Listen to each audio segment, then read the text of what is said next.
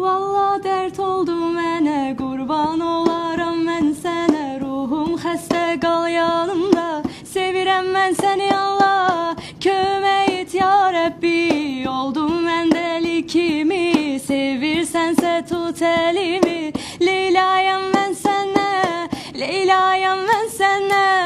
Bir dənə də ərəb dilində oxuyum. Vallahi şəkli həbbətik, ya əlviləg yuxurubbətik, yana şıftik sıfa ولاتك صرت بدمي ادمان شكلك من عالم داني انا والله ضايع انواني حبيتك انا بثواني بغيابك انا تعبان بغيابك انا تعبان. Bir tane Türkçe okuyalım. Türkçe patlayan mahnım. Okey, gitti. Vallahi dert oldun bana, kurban olurum ben sana. Ruhum hasta, kal yanımda, seviyorum seni Allah. Yardım et ya Rabbi, oldum ben deli kimi. Seviyorsan tut eli